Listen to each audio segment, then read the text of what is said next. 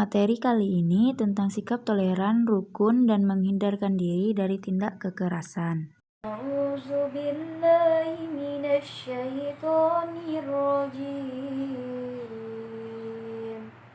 Bismillahirrahmanirrahim.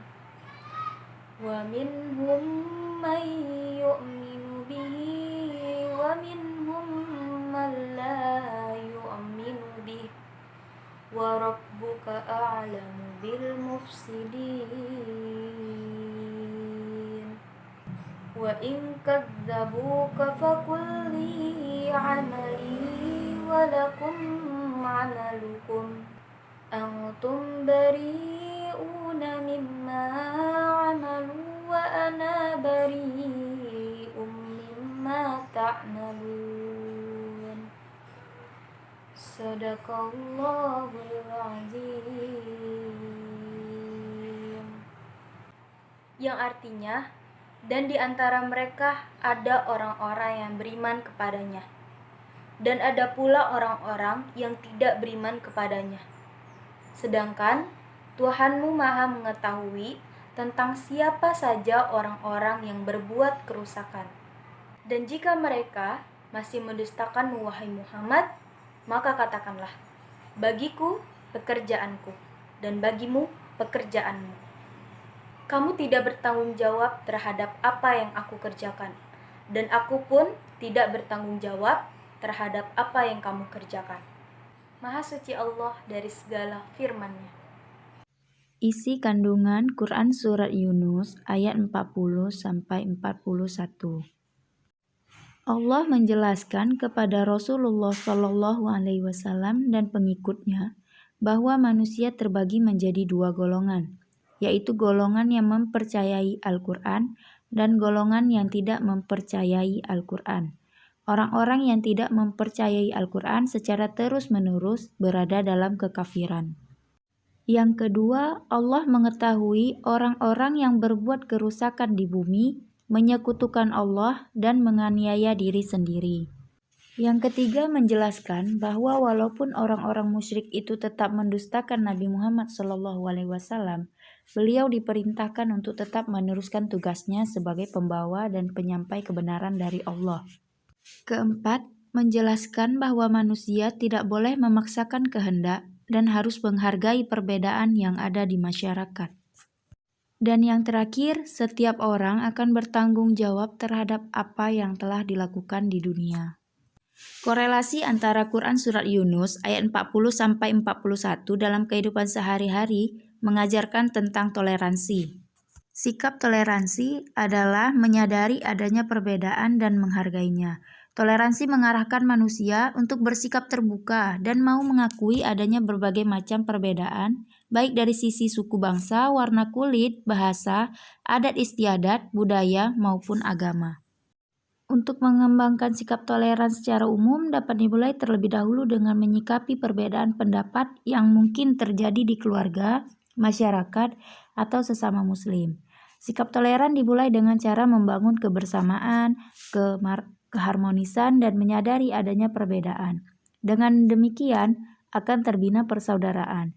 Setelah itu akan timbul rasa kasih sayang, saling pengertian, dan pada akhirnya akan bermuara pada sikap toleran. Toleransi antar umat beragama dapat dimaknai dengan sikap untuk dapat hidup bersama masyarakat penganut agama lain dan adanya kebebasan untuk menjalankan ibadah masing-masing tanpa ada paksaan dan tekanan. Toleransi yang paling hakiki adalah sikap kebersamaan antara umat penganut keagamaan dalam praktik sosial, kehidupan bertetangga, dan bermasyarakat. Toleransi antar umat beragama bisa dimulai dari hidup bertetangga, baik dengan tetangga yang seiman atau tidak seiman. Selain itu, toleransi antar umat beragama direfleksikan dengan cara menghormati, saling memuliakan, dan saling tolong-menolong.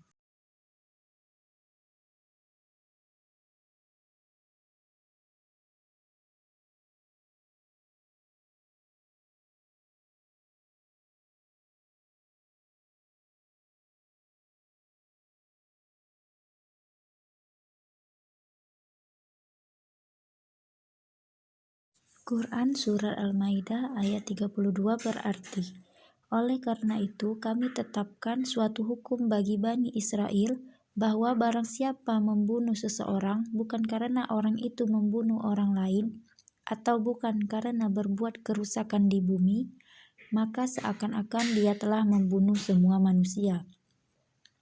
Barang siapa memelihara kehidupan seorang manusia, maka seakan-akan dia telah memelihara kehidupan semua manusia.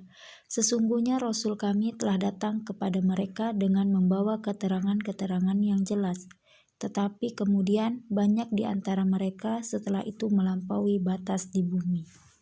Melalui Quran Surat Al-Maidah ayat 32, Allah Subhanahu wa Ta'ala melarang manusia melakukan berbagai tindak kekerasan, seperti melakukan pemerasan, perkelahian, dan tindak kekerasan lainnya.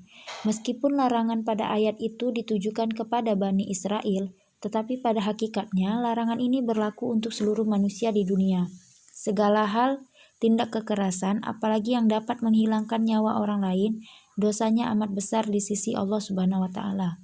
Hal ini bisa dilihat dari perumpamaannya, yaitu menghilangkan nyawa seorang seperti menghilangkan nyawa semua manusia. Sebaliknya, memelihara atau menyelamatkan kehidupan seseorang seperti memelihara dan menyelamatkan kehidupan semua manusia. Korelasi Quran Surat Al-Maidah ayat 32 dalam kehidupan sehari-hari. Rukun artinya baik dan damai atau tidak bertengkar. Hidup rukun artinya hidup saling berbagi, seperti berbagi tugas, berbagi pikiran, dan berbagi perasaan, serta saling menolong di saat menderita dan membutuhkan bantuan. Hidup rukun akan menyebabkan ketentraman dan tali persaudaraan yang kokoh. Kerukunan merupakan kunci terjalinnya ukhuwah atau persaudaraan dalam masyarakat.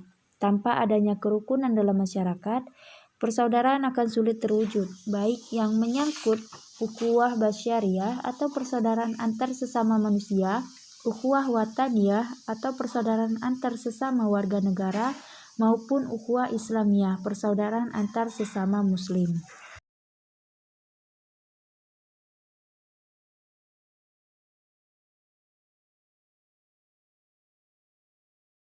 Menghindarkan diri dari tindak kekerasan. Islam adalah agama damai, agama penuh toleransi, dan agama yang menjunjung tinggi nilai kemanusiaan serta menentang segala tindak kekerasan. Islam adalah agama damai yang mencintai kemanusiaan. Islam membawa rahmat dan kedamaian bagi seluruh alam. Islam memerintahkan tingkah laku serta perlakuan yang jujur dan adil. Ada 5 hak asasi manusia yang sangat dihormati dan dipelihara oleh agama Islam, yaitu agama, nyawa, harta, nasab, dan kehormatan. Siapapun yang melakukan pelecehan dan tindak kekerasan atau kejahatan terhadap kelima hak asasi manusia tersebut tidak bisa diterima dan sangat dikecam dalam agama Islam.